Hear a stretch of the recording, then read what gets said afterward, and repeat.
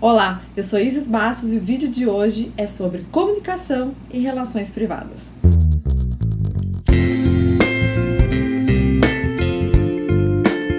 A primeira pergunta que eu te faço é: você sabe ouvir?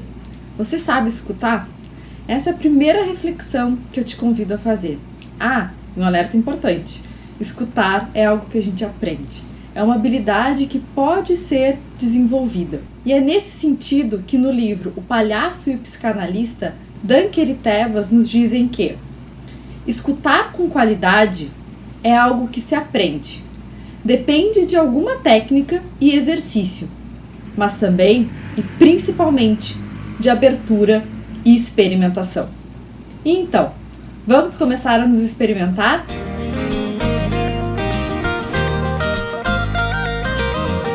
A escuta, ela é um exercício de presença. Isso, quem nos diz, é Thomas Breuer. Um exercício de presença no sentido que é importante que a gente possa ouvir, escutar e demonstrar que realmente escutou. Demonstrar essa compreensão àquele que fala. É nesse sentido que o Marshall refere. Um dos presentes mais preciosos que um ser humano pode oferecer ao outro, a nossa presença naquele momento. Ou seja, para escutar é preciso que a gente estabeleça uma conexão empática, é preciso que a gente possa oferecer ao outro naquele momento a nossa presença para escutar e para poder compreender o que o outro nos disse. E esse é o primeiro passo para que o fluxo de comunicação aconteça. Esse é o primeiro momento. E como é que isso funciona? Vamos falar agora dos 4 elementos que o Friedman fala no seu livro El Arte de Conversar. São 4 elementos que ele destaca quando temos uma notícia. Que elementos são esses? O primeiro elemento é o conteúdo objetivo. O segundo elemento é a autoexposição. Depois nós temos a relação e a influência. O que significa mais ou menos esses 4 elementos? Quando eu estou falando de conteúdo objetivo, eu estou falando sobre o que eu informo, sobre a informação, sobre o fato objetivo, né? Informação de forma bem objetiva. A autoexposição refere-se ao que o emissor dá a conhecer dele mesmo, ao que eu dou a conhecer de mim quando eu emito aquela determinada mensagem. A relação é o que eu penso em relação ao outro, é a posição que se coloca um emissor em relação ao receptor da mensagem. E a influência é aquilo que eu quero atingir com a minha mensagem, é aquela necessidade que eu quero contemplar ao emitir determinada mensagem. O Friedman nos diz que uma só notícia pode conter inúmeras mensagens. E é exatamente isso. Em muitos momentos nós entendemos determinadas mensagens a partir de um ponto de vista. Vamos ver um exemplo rapidamente. Imaginem 2 irmãs dirigindo um carro. A irmã mais velha e a irmã mais nova. A irmã mais nova é aquela que está no volante. E a irmã mais velha é a que está no banco de carona. E elas estão se aproximando, né, de um sinal verde. A irmã mais velha grita: olha, o sinal está verde. E a irmã mais nova responde: diriges tu ou dirijo eu? Vamos perceber esses 4 elementos nesse rápido e breve exemplo. Qual é a notícia aqui? A notícia em si é que o sinal está verde. Nós temos aqui um fato concreto e objetivo que é: o sinal está verde. O que a gente pode pensar de conteúdo objetivo dessa notícia? Né? Vamos analisar durante esses 4 elementos aqui que o Friedman nos coloca. Qual é esse conteúdo objetivo? O semáforo está verde. Qual é a autoexposição? O que eu estou dizendo de mim? O que o emissor está falando? O que a irmã mais velha está falando? Ela tem pressa. Qual é a relação? A relação é de que ela precisa de ajuda. Qual é a influência? O que a irmã mais velha quer ao emitir essa mensagem? Ela quer que acelere para passar no sinal verde. Com isso, eu quero propor um exercício para a gente. Lembre de uma conversa que você teve há pouco tempo com alguém. Como foi? Lembre das frases que foram ditas e analise de acordo com o que a gente acabou de dizer. Lembraram? Pois é, tudo isso que a gente está falando está muito vinculado à percepção. Como nós percebemos, como nós ouvimos a fala do outro, né? Como que nós entendemos isso. Por isso que a minha primeira pergunta para vocês foi: e aí, vocês sabem ouvir? Vocês sabem escutar? O Kahneman nos coloca naquele livro Rápido e Devagar que nós temos dois sistemas, o sistema 1 e o sistema 2 de pensamento. O que significa isso? O que é esse sistema 1? O sistema 1 é o sistema rápido, aquele sistema intuitivo, em que eu estou falando de operações que são mais automáticas. Ao passo que no sistema 2 é um sistema mais lento, é um sistema mais deliberado, em que as minhas questões, as minhas operações, elas são mais controladas, elas demandam um pouco mais de tempo. Muitas vezes a gente se deixa mover muito apenas pelo sistema 1 e esquecemos um pouquinho aqui desse sistema 2, ou seja, a gente reage intuitivamente. Claro que o sistema 1 é muito importante para a nossa sobrevivência, para que a gente possa reagir a determinados aspectos que, claro, são fundamentais. Mas em alguns momentos é importante que a gente valorize esse sistema 2. Em que sentido? Em que a gente não reaja automaticamente, intuitivamente, mas que a gente possa pensar e depois agir e não simplesmente reagir. Observem essa imagem agora que está aí na tela. O que vocês enxergam primeiro? Agora olhem mais um pouco, observem com mais atenção. O que vocês enxergam agora? Logo que a gente olha para essa imagem, a primeira coisa que eu enxerguei foi um olho. Depois de algum tempo, de uma observação com mais cuidado, de uma observação um pouco mais lenta, eu observei que tem um homem camuflado dessa imagem. Esse simples exercício serve para nos ajudar a entender bem como é que funciona o sistema 1 e o sistema 2. Mas e por que eu estou falando dessa questão de percepção se é um vídeo sobre comunicação? Qual é a importância disso? Vejam nos slides agora o que as falas do Fiorelli sobre a importância da percepção nesse sentido. Os valores, os conhecimentos, as experiências anteriores do receptor encontram-se presentes na atividade de receber e interpretar a mensagem.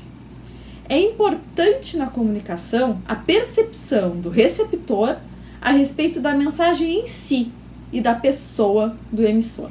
Muitas vezes nós criamos na nossa cabeça inúmeras situações a partir de uma mensagem que diz, mas ele nos disse isso, disse aquilo. Nós vamos começando a criar tudo isso a partir dos nossos preconceitos, a partir de todas as nossas vivências, de tudo que nós vivemos. E isso faz com que a gente crie expectativas e também que nós possamos criar e projetar idealizações, fazer exigências, que por vezes não tem nada a ver com a mensagem que foi dita. E nós, na nossa cabeça, a partir das nossas compreensões, fizemos. São esses nossos preconceitos, esses nossos julgamentos, no lugar de uma observação, né, livre de julgamentos, é que nos prejudica muitas vezes para entender adequadamente aquela mensagem que nos é emitida. Então, não é, novamente, outro alerta, não é que para a gente parar de fazer julgamento. O julgamento, desde muitos anos, é muito importante para que a gente possa, assim como o sistema 1, reagir e uma questão de sobrevivência. Mas é importante a gente ter em mente que, em muitos casos, é importante que a gente treine a nossa observação. A observação no lugar do julgamento. E isso faz com que a gente evite, que a gente crie essas expectativas gigantes, essas projeções, e faz com que reduza, evitando essa frustração de interesses. Bom, e além disso, como é que a gente evita essa frustração de interesses? Como é que a gente evita a criação dessas expectativas? Com algo muito importante, que é o escopo da gente começar a conversar aqui nesse vídeo. Uma comunicação de qualidade, uma comunicação assertiva, uma comunicação que é produtiva, uma comunicação que gera conexão no lugar de gerar outras coisas na nossa cabeça. Ela conecta com o outro primeiro, ou seja, a gente oferece a nossa presença num sentido de conexão. E aqui eu proponho um outro desafio, que é perceber como é que anda a nossa comunicação, como é que andam os nossos padrões de comunicação, os nossos padrões de linguagem, como nós nos comunicamos na nossa família, no nosso trabalho, com o nosso filho, com os nossos pais, com o nosso marido, com o nosso companheiro. É importante que a gente faça esse exercício de autoconhecimento e identifique como que nós andamos nesses processos de comunicação. E claro que aqui fica na nossa cabeça, quando eu penso em relações privadas, inúmeros exemplos. Nós temos inúmeras situações no âmbito privado, inúmeras relações, inúmeros processos de comunicação. Nas famílias, Nós temos as comunicações entre os pais, as comunicações entre os filhos, comunicação entre o casal parental, entre o casal conjugal, entre os avós e assim por diante. Nas empresas, nós temos as relações e as comunicações que se estabelecem entre a equipe de trabalho, entre o chefe, entre seu subordinado e assim por diante. No âmbito do direito do consumidor, das relações de consumo, aquele que fornece determinado produto ou serviço e o consumidor que vai em algum momento ter um problema ou não com aquele produto ou com aquele serviço, como é que vai ser essa comunicação, como é que eles vão estabelecer esses processos de comunicação. No âmbito do condomínio, com os nossos vizinhos, com o síndico, com o zelador, percebam que aqui tem uma gama infinita e se a gente pudesse desenhar isso, seria uma teia interminável de questões de comunicação e de relação. Isso parece bem complexo, não é mesmo? Pois é, mas a gente pode começar a simplificar isso e perceber o que tem em comum em todas essas situações de comunicação. O que a gente consegue perceber nessas relações que eu falei que pode aproximá-las? O que há de comum em todas elas? Nós estamos falando aqui muitas vezes de relações que são relações de poder. Relações em que tem um desequilíbrio, ou seja, que tem uma diferença na relação de poder.